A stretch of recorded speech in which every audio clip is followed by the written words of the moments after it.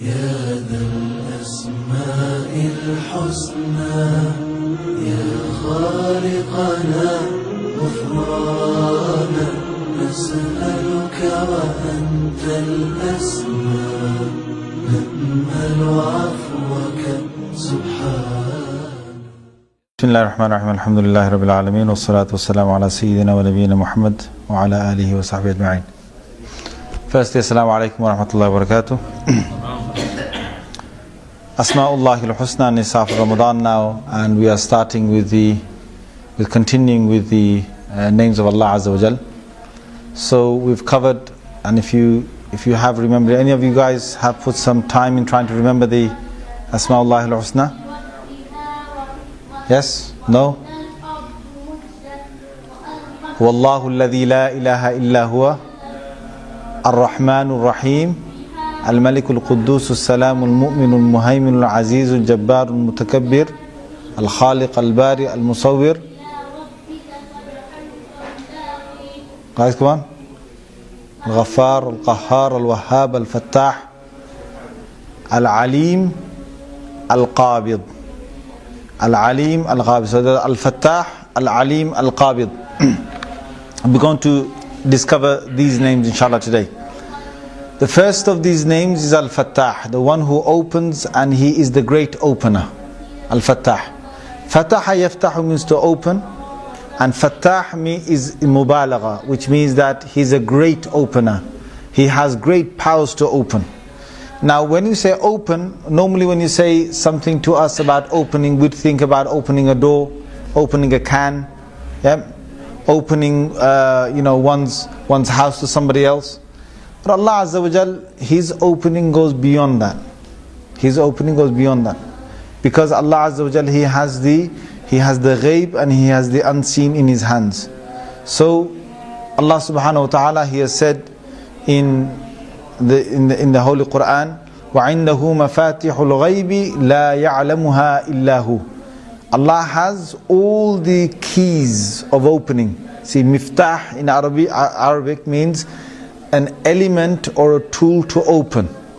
So a key is a tool to open.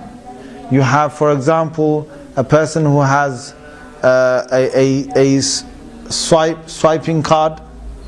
A swiping card, so a person basically can open a door. Whatever it is to open something else, this is called a miftah, an element or a tool to open. Mafatih is the plural of miftah. So it means that these are many different tools to open. So all the different tools to open the unseen, mafatihul ghaib. Mafatihul ghaib means the different things to open the unseen. La ya'lamuha illahu. Nobody knows them except for Him. Nobody knows all of this except for Him. This is in Surah Al-An'am, ayah number 59.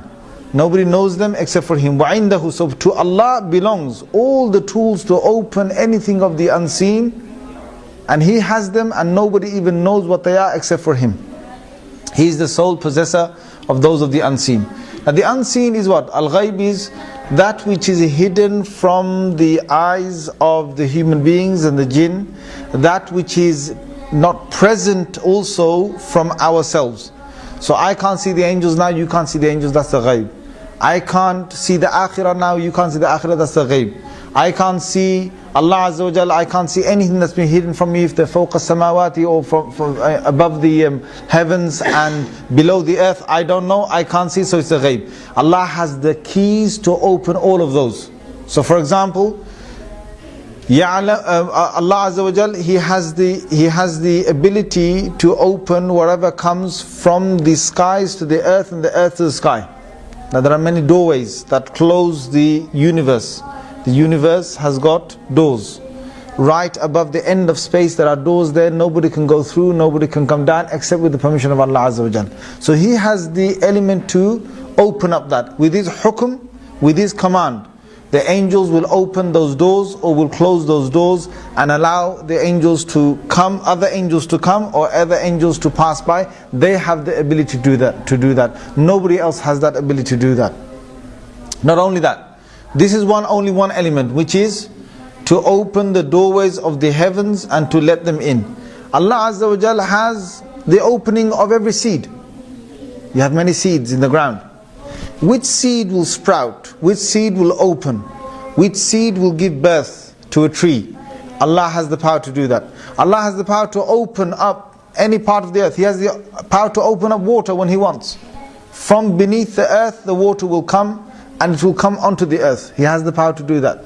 So there are many times when you find that there's no water, suddenly Allah from a rock, when you have nothing at all on that rock, and it's the ghaib, it's the unseen, it's within the earth, Allah Azza wa Jal from a rock He will bring water out. Anybody who's been to Makkah al-Mukarramah in the early days and you were able to go downstairs, Alhamdulillah, I've had the opportunity to go downstairs. This is some time before, but now they've closed it all up. But you can see the water of Zamzam coming right from the walls. There are certain rocks, walls, from which Zamzam is coming out automatically. And this is Allah's ghaib, miftahul ghaib. Allah has opened that. So Fattah, the one who opens things. So He opened Zamzam, He opened many different rivers, He opens many different streams. He opens the mind. The mind has got so many cells, and a person can't think of ideas. If Allah wanted to give me all the ideas of inventing things, He could give it to me right now. But He will only select. He's the Fattah, He's the one who opens. So to give ideas to someone, to open their mind to something, to make them do the right thing at the right time, to make them think the right thing at the right time, to make that process of the brain to do that, this is Fattah. This is the one who opens things. Normally when a person learns one subject and then a person learns another area of life, each area of life, each subject is different. It's a different area.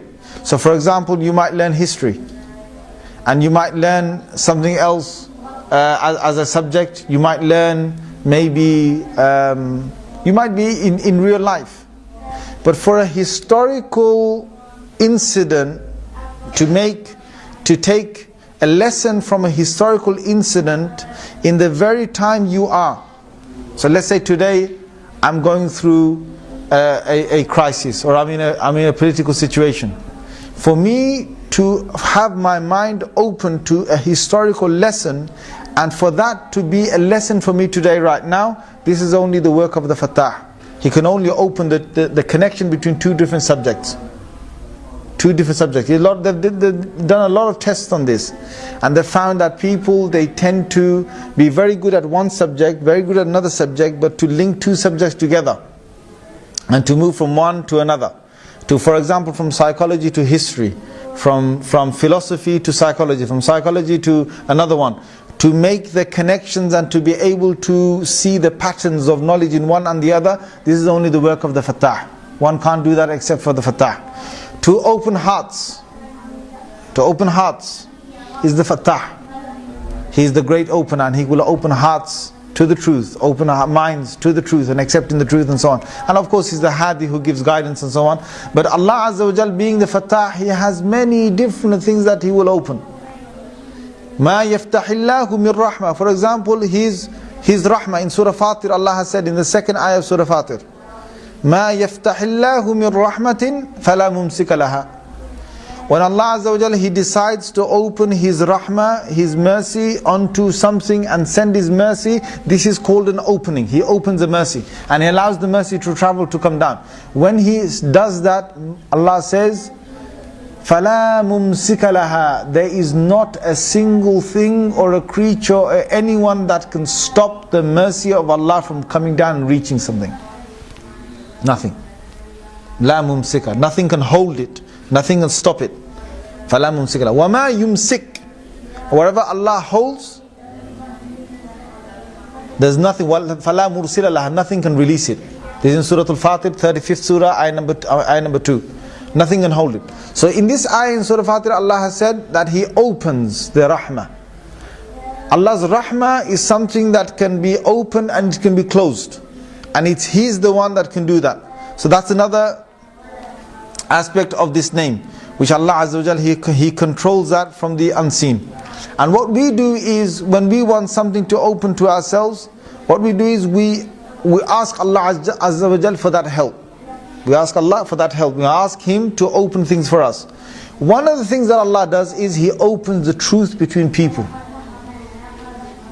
So for example, for you to have a good argument and for you to overcome your adversary with a good argument, that Allah has. Allah is the only one that has the power to do that. This is Surah As-Saba, Surah number 34, ayah number 26. Allah Azza wa Jal said to His Prophet, He said, "O Prophet, say this to me, make this dua. يَجْمَعُ بَيْنَنَا رَبُّنَا." Tell these people that Allah is the one that will bring us together. Allah will bring us together. ثُمَّ يَفْتَحُ بَيْنَنَا بِالْحَقِّ. And then Allah Azza wa Jal will be the one that will open the truth between us. So those who denied the messengers, Allah will bring them with those who were the messengers. He will bring them both on the Day of Judgment. And then He will open and reveal the truth. He will open that truth. وَهُوَ الْفَتَّاحُ الْعَلِيمُ. He is the one who is the great opener, and He is the one who knows all. So both these qualities, He knows all, He opens all. That is when Allah opens the truth. Now the truth can remain closed.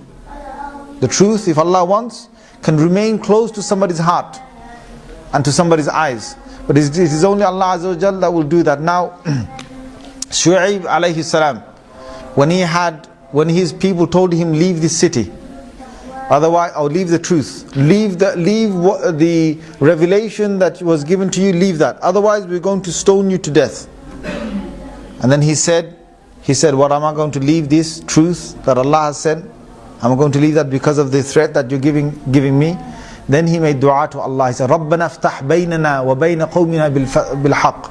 Oh Allah, رَبَّنَا افْتَحْ بَيْنَنَا وَبَيْنَ قَوْمِنَا بِالْحَقِّ. This is in the beginning of the 9th juz of the Quran.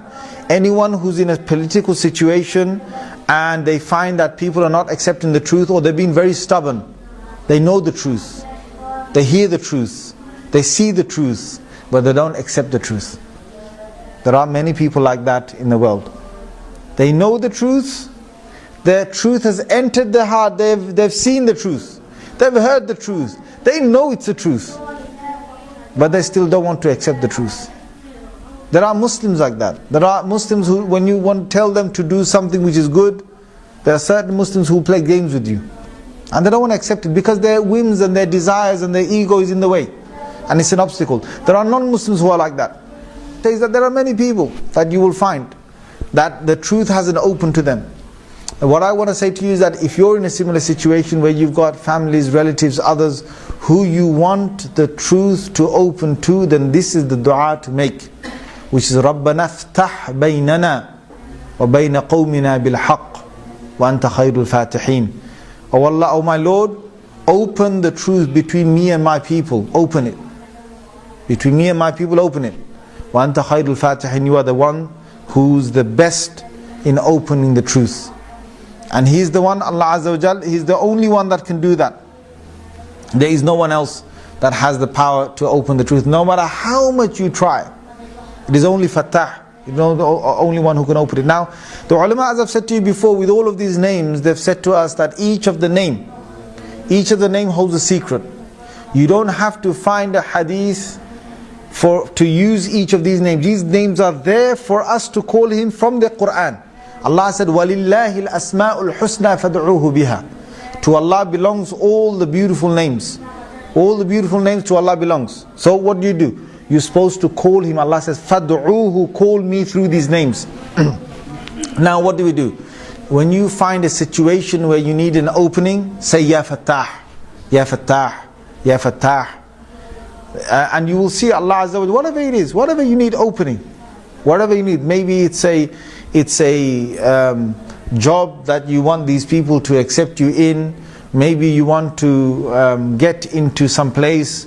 Whatever it is, use the name Al-Fattah, Ya Fattah, Ya Fattah, Ya Fattah, and Allah Azza wa Jalla will open that way for you. Any of these names that will be covered, you will, if you find that there's a meaning for you in your life, you can say it and Allah will open it for you. Now after Fattah, after Allah's name Fattah is the name Al-Aleem. Al-Aleem, the one who knows everything, the one who knows the seen, the unseen, whatever there is in the existence to know, Allah knows that.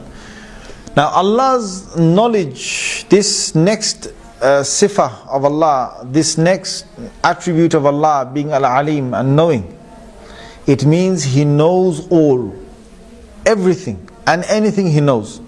Now it's easy to say that Allah knows everything, but sometimes it's difficult to try and comprehend what He knows. And our building of Iman lies on the second thing. It's not good just you saying that, I know Allah knows everything. It's not good to say that. That's not enough. That's not enough. That's not going to be enough. What you need to do is you need to start exploring what does Allah know. That's how the Iman increases. A lot of people, what they do is they've read the names once. I know what this name means. That's it, I know Allah's name. No. You're supposed to sit down and you're supposed to ponder over these names. So Al-Aleem, which means what? Which means that from His knowledge, He passes knowledge to the creation. From His knowledge, He passes to the creation. Now, one thing that makes me baffled is how the human being has got such a limited mind. Human being has got such a limited mind. And all the human beings together have got such limited minds. Even the whole world together. Every day you look into a scientific magazine, every week you look at a scientific magazine, they've explored something new.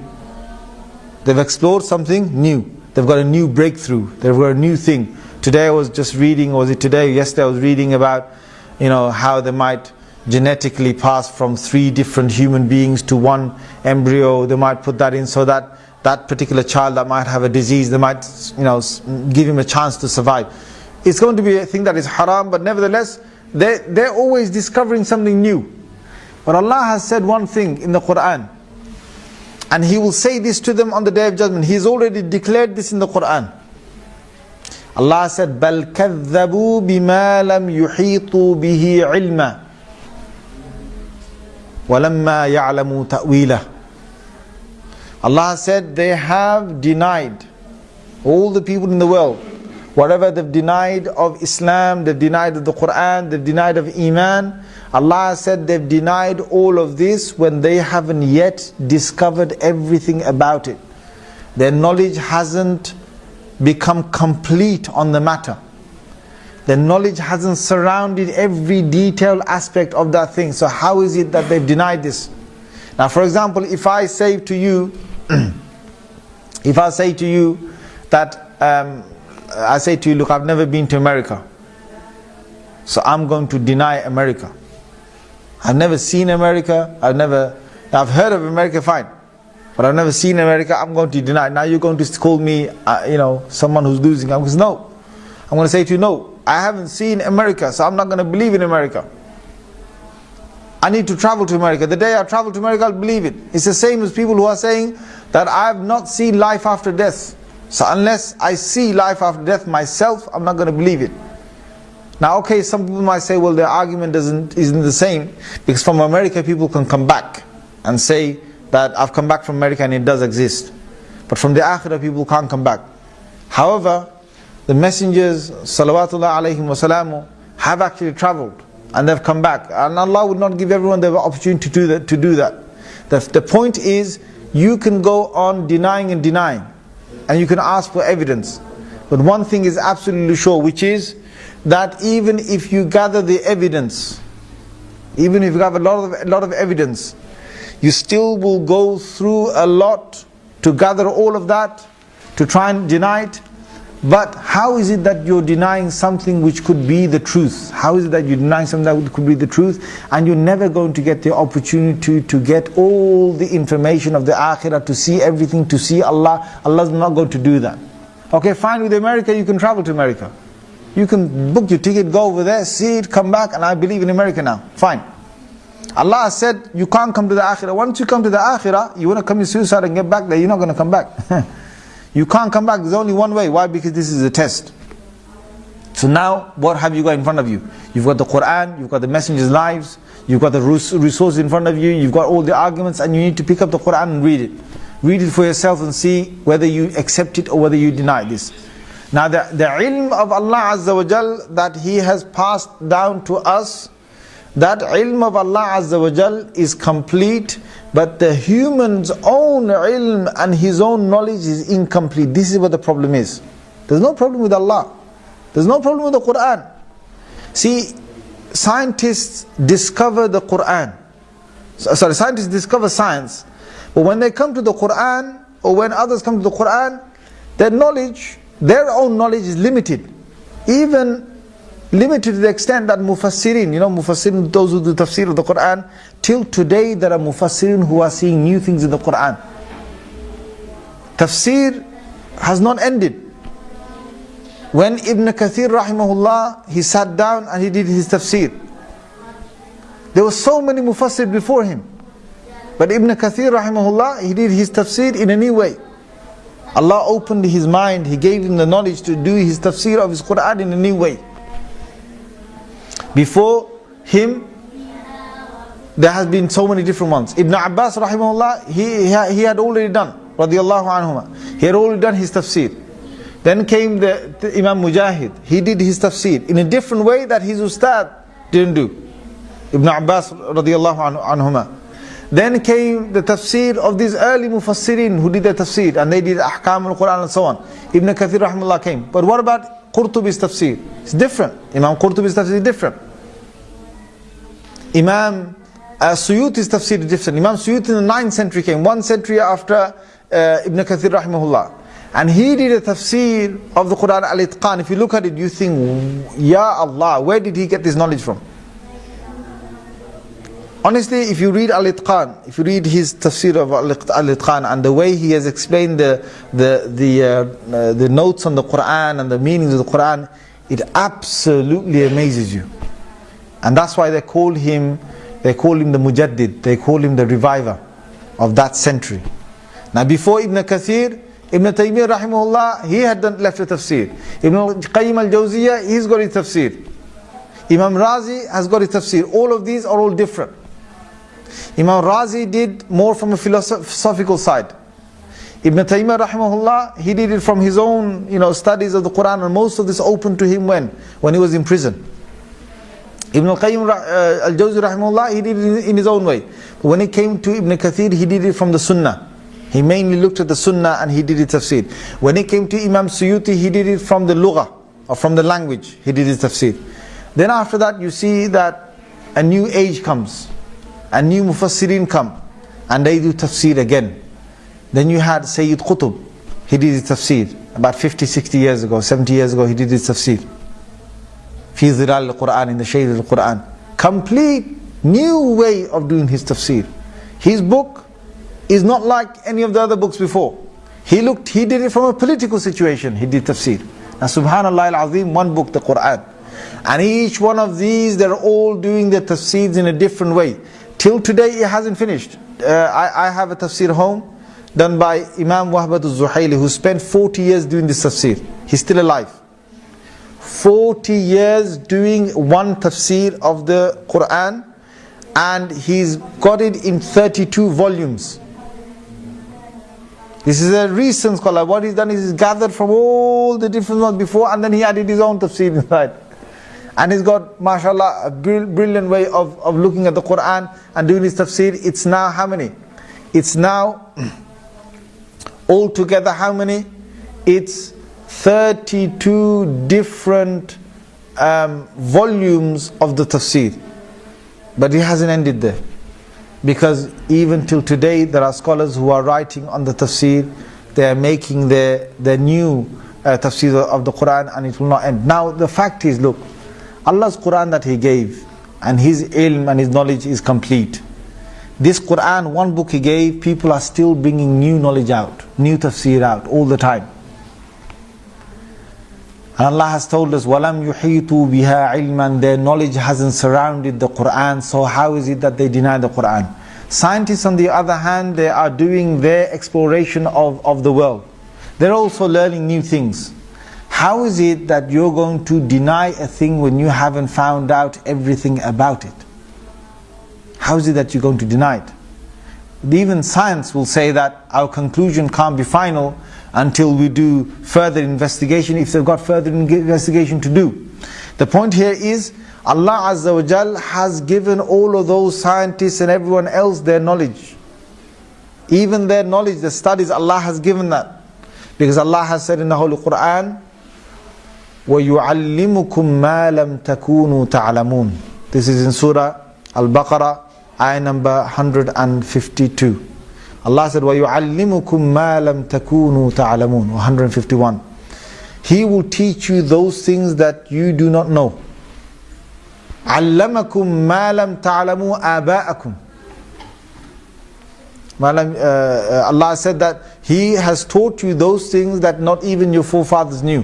Who is that? That is the Aleem, that is the one who teaches. Now once He teaches us that knowledge, Allah says in the Holy Quran that this person can now become arrogant with his knowledge. There's a big danger. And Allah reminds us in the Quran of Surah Yusuf, there's a beautiful ayah there. وَفَوْقَ كُلِّ ذِي عِلْمٍ عَلِيمٍ.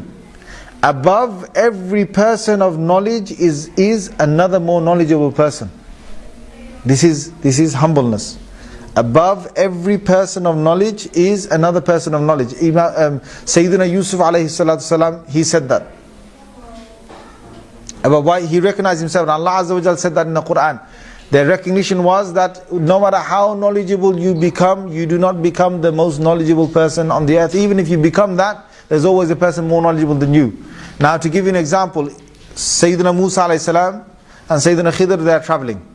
So here you have Sayyidina Musa traveling with Khidr. Why is he traveling with Khidr? Is because Sayyidina Musa alayhi salatu salam, once he was asked a question by his people. So one person asked him a question. He said, "O Musa, who is the most knowledgeable person on the earth right now?" So Sayyidina Musa alayhi salam, he thought for a while, and he thought, well, I am the Rasul on the earth at this moment, and there can't be anyone who knows more than a Rasul. So he said, I am the most knowledgeable person on the earth right now. When he said that, Allah wanted to teach him that for فَوْقَ كُلِّ ذِي عِلْمٍ عَلِيمٍ, above everyone who knows, there's someone who knows more. So he said, "O Musa, now you must travel to learn. I'm going to make you a student. You think you're the biggest teacher? I'm going to make you a student right now." So Allah Azza wa Jal, I know it's a long story, I'm not going to get into the whole story. But He makes him find Khidr, and this is in the Quran, it's also in Sahih Bukhari. He makes him find him, and then he has his 3 different incidents. But when he's gone on to his first incident, and Sayyidina Musa alayhi salam is on the boat, and Sayyidina Khidr is also on the boat. When they're on the boat, there's a bird that comes and sits at the edge of the boat. And that bird just takes a small sip of water from the ocean. Small sip. Just a couple of sips. Or take something out, and then from there, couple of drops drop down. So Sayyidina Khidr says, now this is the person who knows a lot more than Musa alayhi salam. But Musa alayhi salam knows a lot as well. Musa alayhi salam knowledge is all to do with the seen world, the things that you can see. And Khidr alayhi salam, his knowledge is with the unseen world. So the knowledge Allah gave Khidr, He didn't give Musa, and the knowledge that Allah gave Musa, He didn't give Khidr. And then Khidr says, when he sees the bird, he says, "Oh Musa, do you see the amount that this bird has taken from the ocean?" He said, "That amount that the bird has taken from the ocean is my knowledge and your knowledge put together. Compared to the rest of the knowledge which Allah has, compared to that water which the bird took, the rest of the ocean is Allah's knowledge." Allah Azza wa Jalla has that knowledge. So our knowledge, my whole knowledge of this whole world of the unseen, and yours with the seen world, both together still makes just a drop from a whole ocean of Allah Azza wa Jalla, His knowledge. So وَفَوْقَ كُلِّ ذِي عِلْمٍ عَلِيمٍ, above everyone who has knowledge is another person who has more knowledge.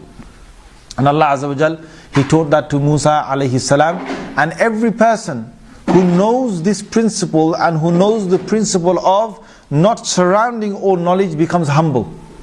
That is why Imam Shafi'i rahimahullah, he said, كُلَّمَا ازْدَدْتُ عِلْمًا ازْدَدْتُ جَهْلًا. He said, every time I increase in knowledge, I increase in ignorance. Now that's a contradiction. How can you increase in knowledge and carry on getting more and more knowledge, but at the same time become more and more ignorant? So Imam Shafi explains, what did he mean by that? He said, every time I learn something, I also learn that I never knew this just a moment ago. Yesterday I never knew this. This new knowledge that I got today, I never knew this knowledge yesterday. Or did I know it yesterday?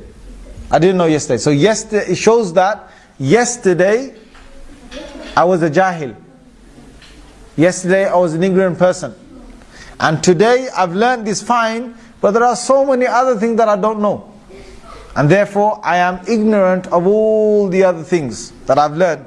I haven't learned yet. And every time I discover something new, it makes me know and recognize that Allah Azza wa Jal is only the one who knows the most.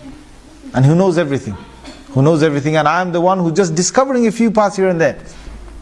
So this is one thing for us to become humble. Now, Sayyidina Ibrahim alayhi salatu salam, he summed it up to Allah. He said, Rabbana innaka ta'alamu ma nukhfi wa ma nu'lin. This is in Surah Ibrahim. He said, oh our Lord, you are the one who knows. Your knowledge is what? Ma nukhfi wa ma nu'lin. The things that we kept secret and we hid, and the things that we displayed and we made apparent, both of those things you know. Both of those things you know. Allah Azza wa Jal has called the Day of Judgment, He has said, يَوْمَ تُبْلَى السَّرَائِرِ. The day when all secrets will be revealed. All secrets will be revealed. And Allah has said about the Day of Judgment, يَعْلَمُ خَائِنَةَ الْأَعْيُنِ وَمَا تُخْفِي الصُّدُورِ. Allah knows the deception of the eyes when they sin. And Allah also knows that which is hidden in the heart. And this is a fearful ayah, because the times that we deceive ourselves by looking at something which is haram, Allah Azza wa Jal reminds us and He says that He is the one who knows that already. So for us is tawbah, and for us is to wipe that away before we come to Allah Azza wa Jal. He also knows, Allah knows the knowledge that we have acted upon, and the knowledge that we haven't acted upon. And Allah also knows that, and He's the one who makes us remember from the knowledge that is given. Allah has said, سَنُقْرِئُكَ فَلَا تَنْسَى إِلَّا مَا شَاءَ اللَّهِ. We will recite, or make this be recited unto you, O Prophet. فَلَا تَنْسَى. But you will not, O reciter, فَلَا تَنْسَى. You will not forget anything from this illa ma sha Allah, except that Allah wills that you forget it. What does that mean? That means that when somebody has knowledge and they don't practice that knowledge, Allah Azza wa Jal can make them forget that knowledge. When somebody practices the knowledge that they've been given, Sayyidina Umar ibn Khattab radiyallahu anhu, he says, Man amila bima alima warathahu Allahu ilman bima la ya'lam. He says, and this is a sahih hadith, he says, whosoever practices upon the knowledge that Allah Azza wa Jal gave them, then Allah will give them such knowledge that they never even knew. And this is automatically Allah will give knowledge. Automatically Allah will make it easy for people to learn something that they never ever knew before. It will just automatically come in their heart. Allah will make them learn. This is known as ilmul ladunni. This is known as ilm which Allah gives, which is specific knowledge that Allah gives to a human being. And Allah can give it to anyone.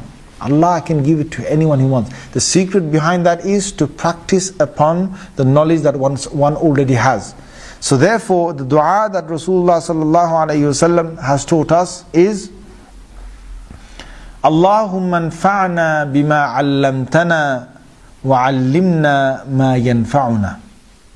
O Allah, benefit me, make me take benefit from the knowledge that you have already given me, and teach me that which will be beneficial to myself. See, what Rasulullah sallallahu alaihi wasallam in dua has done is that he's connected knowledge to benefit. So, O Allah, infa'na, benefit me, bima 'allamtana, with what I've already learned. Make me take benefit from that by acting upon it. وَعَلِّمْنَا مَا يَنْفَعُنَا, and teach me that which will be beneficial. Why? Because you can acquire knowledge that will not be beneficial to you at all. Every moment someone, or every day someone learns something new. And there are people who learn something new that is beneficial to them, and there are people who learn something new that is a total waste of time to them. There are people I know, and I'm sure you will possibly relate to this. There are people who will watch things on the TV, on the satellite, on YouTube, whatever it is, they will watch. And they've seen one thing, they want to see things that are related to them, and they're getting no new knowledge whatsoever that's going to benefit them. Now don't forget, they're learning. It's not that they're not learning, they're learning. But the question is, are they actually benefiting themselves with that knowledge? And they watch, for example, they've watched, maybe they're watching some cars racing or whatever it is, and they will watch something next to that, another F1 Formula racing, and they will watch another racing one next to that on YouTube, and they'll watch another clip and another clip and another clip, and maybe by that time they've diverted a little, and they're now watching something that is to do with boxing, maybe still sports, so they watch something else. Then they probably ended up watching something about animals in the jungle, or maybe they come back to seeing something that people are doing as a hobby or a thing, and they've spent 2 to 3 hours on YouTube flicking through different videos, and at the end of that, whatever they learn, it's going to benefit them by nothing. Nothing in their life is going to benefit them from all the things that they've seen. So they've seen all of this. They've learned all of this, whatever they saw with their eyes, and whatever they comprehended with their minds. But it's not going to be beneficial. That's why Rasulullah sallallahu alaihi wasallam, he taught us to say, وَعَلِّمْنَا مَا يَنْفَعُنَا وَعَلِّمْنِي مَا يَنْفَعُنَا. O Allah, teach me or teach us that which will benefit us. Now, to Allah Azza wa Jal, وَإِلَيْهِ يُرْجَعُ الْأَمْرُ كُلُّ. To Allah returns everything. There's certain knowledge. Now please let me just say this, Allah has knowledge of everything.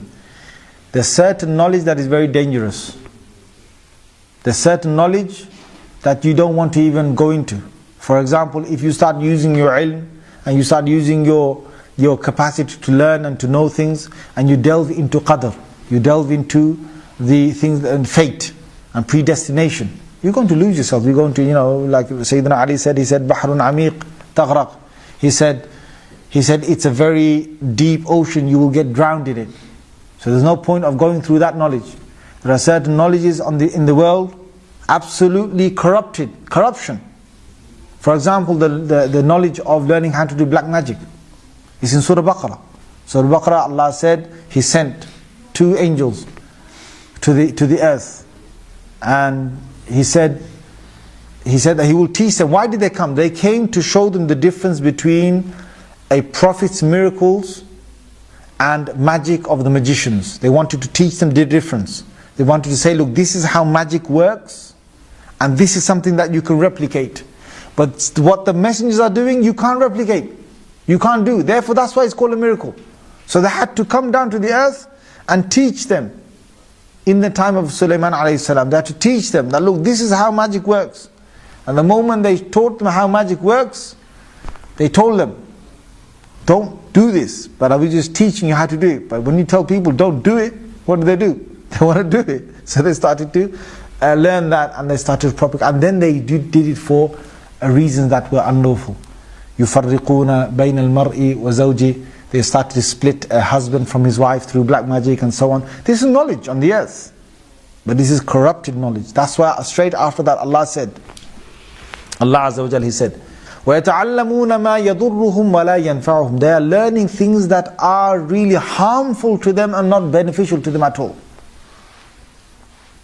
وَلَقَدْ عَلِمُوا لَمَنِ اشْتَرَاهُ مَا لَهُ فِي الْآخِرَةِ مِنْ خَلَاقٍ لَوْ كَانُوا يَعْلَمُونَ وَلَبِئْسَ مَا شَرَوْا بِهِ أَنفُسَهُمْ. Allah said it's such a bad thing that they've bought into their own hands. And Allah said they have started to learn. He said, وَلَقَدْ عَلِمُوا. They learn. لَمَنِ اشْتَرَاهُ, or they know. مَا لَهُ فِي الْآخِرَةِ مِنْ خَلَاقٍ. If only they knew that, what they have taken for themselves, it's going to give them no benefit in the akhirah. They've got no portion of it in the akhirah that will benefit them. Allah says, لَوْ كَانُوا يَعْلَمُونَ. If only they knew. Now first Allah said they're learning, وَيَتَعَلَّمُونَ, they're learning all of this knowledge of black magic. Then Allah said after that, لَوْ كَانُوا يَعْلَمُونَ, if only they knew.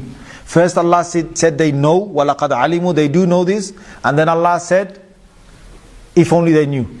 Why did Allah do this? Because some of these magicians, they knew that this was the wrong thing to do, but they carried on doing it.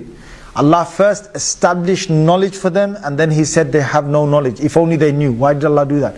Because when a person doesn't learn beneficial knowledge, and they're learning something that will harm others, and perhaps harm themselves, that to Allah is no knowledge at all. That to Allah is no, that's why He said, لَوْ كَانُوا يَعْلَمُونَ, if only they knew. This is in the Quran.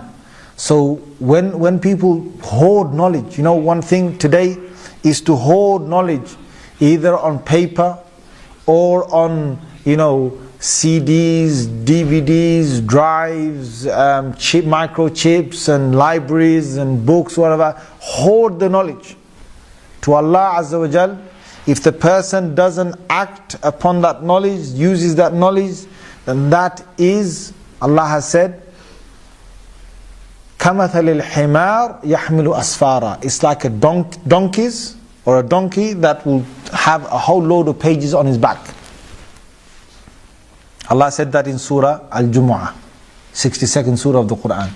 So Allah said, مَثَلُ الَّذِينَ حُمِّلُوا التَّوْرَىٰ ثُمَّ لَمْ يَحْمِلُوا. Those who picked up, those who were given the burden or who were given the responsibility of the Torah, and to implement that, and to tell others about that, and to teach others about that, and they didn't do it. ثُمَّ لَمْ يَحْمِلُوهَا. They didn't then take the responsibility seriously. Allah says they are like donkeys who have pages on their backs. There are people, there are scholars who know knowledge. Allah talked about the rabbis of the past. But the same thing applies to the Muslims. If Muslims have scholars, or they have knowledgeable people who just want to hoard knowledge, and they are brilliant at speaking the knowledge, brilliant at telling you what the sources are, and how this ayah relates to that ayah, and tafsir, and hadith, and tajweed, and fiqh, and the guy is allama. He knows so much, you call him allama, the most knowledgeable scholar around, but his amal, his action is zero, or it's down there, plummeting down there. He prays fine, but then he doesn't pray, and he doesn't act upon all his knowledge. Allah Azza wa Jal has said, may Allah save me and save you from such people. Allah has said, كَمَثَلِ الْحِمَارِ. They are like a donkey that has pages. Now, if you give a whole load of pages and you put it onto a donkey, what does the donkey know about the pages?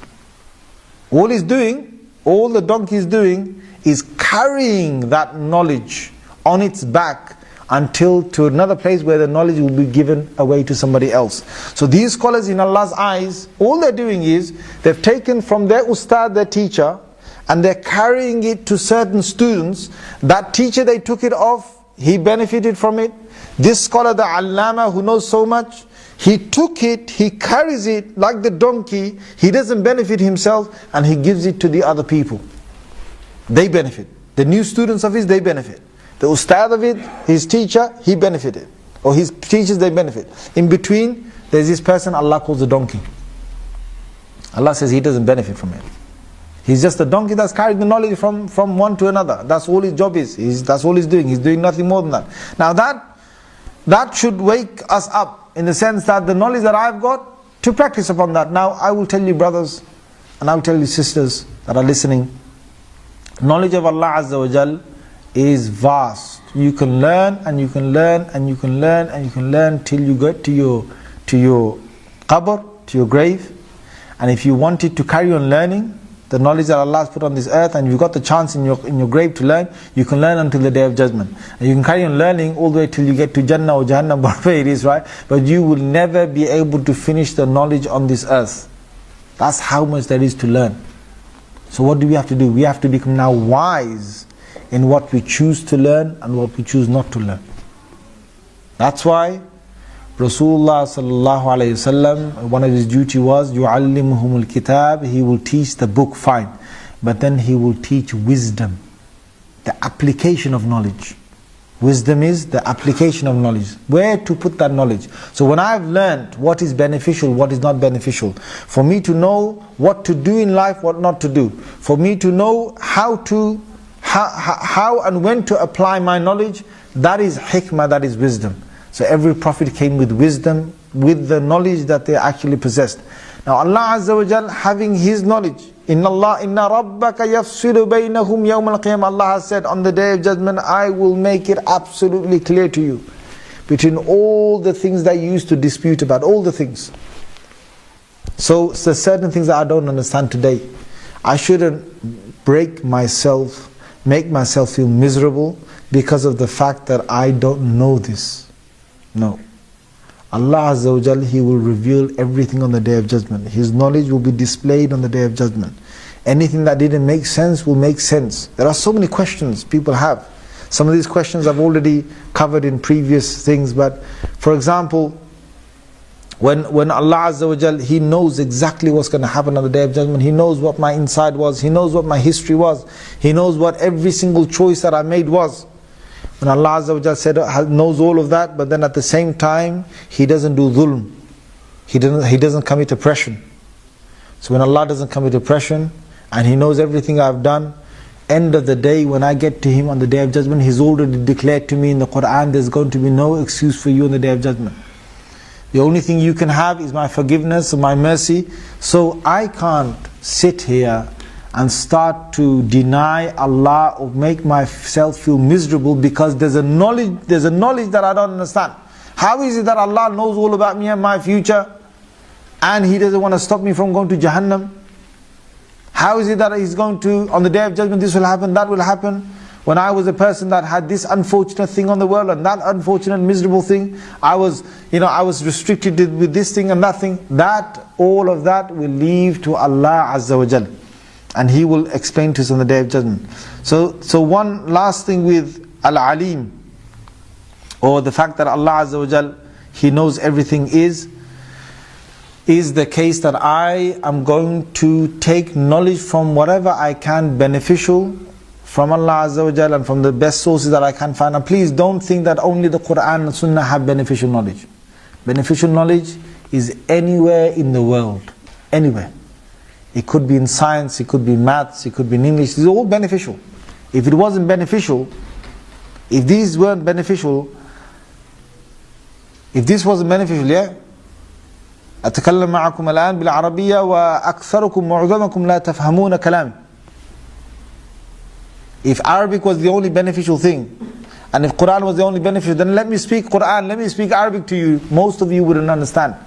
But I've used the English language for you to understand, yes or no? I've used this English language for you to understand. So English language has a benefit. Maths has a benefit. History has a benefit. All the knowledges of beneficial knowledge across the world has whatever they have, they're beneficial, and they are knowledge which Allah Azza wa Jal has given us to learn. So bear that in mind as well. There are certain people who can't accept, they think that Quran, Sunnah, that's it, nothing more. No, there's so many things out. Yes, Quran, Sunnah is very good, but outside of that, there are loads of other beneficial knowledges. For example, this chair I'm sitting on, it's a whole knowledge how to make the chair. It's a whole knowledge of craftsmanship. It's a whole knowledge. Art is a knowledge. All these things we need in the world. The next name we cover is Al-Qabid. Al-Qabid. And with that comes the name Al-Basit. Al-Qabid is to make something be restricted. Al-Basit is something to be expansive. Al-Qabid is when Allah closes things, and Al-Basit is when Allah opens things. In a hadith, it is said that Allah is Basitul Yadaini bir Rahmah. Allah is one who is opening both His arms with mercy for people to do tawbah to Him. So it doesn't mean that Allah Azza wa Jalla has two hands here, two arms. Please don't try and make a figure of God in your head. It's just a form of expression for us to understand. The way that I might just go like this to you, so I'm opening my arms to you for exception. It's just a form of expression. That's all it is. So anyway, Allah Azza wa Jalla is Basit in the sense that He opens, and Qabid that He closes. Allah has said in the Holy Quran, يَبْسُطُ الرِّزْقَ لِمَنْ يَشَاءُ وَيَقْدِرُ. Allah can open anyone's provisions and He can make it expansive and He can give you a lot more and more and more. But at the same time, yaqdir, He can restrict you whenever He wants. Or the word Qabid, Allah is the one that can hold onto something. One of the things that has been mentioned in the Quran about Qabid is Surah Az-Zumar. Surah Az-Zumar. And in there, قَبْضَتُهُ يَوْمَ Allah Azza wa Jal, He will have the whole of the heavens and the earth within His grasp. Within His grasp. Now again, it's not that He's got a hand like me, whatever. Within His control. Within His grasp, meaning within His control. And Allah Azza wa Jal has got that, and He will restrict that. So on the Day of Judgment, you will not find the openness that we've got right now. You've got skies, you've got heavens. Oh no, Allah will make one platform. And He will have all of that, and He will open it whenever He wants. He will lock it up when He wants. Okay? Now one of the things is with a person's rizq, mainly this has been used, bast and qabd, with person rizq, provisions. Another thing it's used is with, specifically with the person's wealth. Allah can release it, Allah can hold it back, Allah can close it, Allah can open it. Another one is with the qalb. The ulama have said with the qalb. So with the heart, sometimes it opens, sometimes it closes. For example, let me give you an example, and this is very important to understand. Sometimes you will feel that you want to do ibadah, you love to do ibadah. You're really enjoying it. This is bast. This is when Allah's opened it for you. And sometimes you're there trying to enjoy it and you don't enjoy it. This is qabd. This is when Allah's restricted it. And it happens to every single person. Sayyidina Abdullah bin Masud radiallahu anhu, he has said that to every single person this will happen. Every person it happens to. So he said when it opens, he said take full advantage. Full advantage of that. When you're enjoying it, take full advantage. But other times Allah will close it. Why? He wants to test you. He wants to see whether you're going to carry on. Because if Allah opened it, if Allah gave you enjoyment, me enjoyment, and we really every time we're enjoying doing His ibadah, who's going to stop? Tell me, who's going to stop? For Allah to test us whether we would like to do that ibadah or not, He has to be qabid. He has to restrict that and close that. Then when I'm not enjoying it, Allah wants to see if I wake up for Fajr. Allah wants to see if I will try my best to read my salah with khushu. Will I pick up the Quran and do some tilawah because I'm not getting that enjoyment. Before, they come to me again and again, they say, Imam, I used to really enjoy listening to the Quran. And I used to find it so sweet and I could listen on hours on.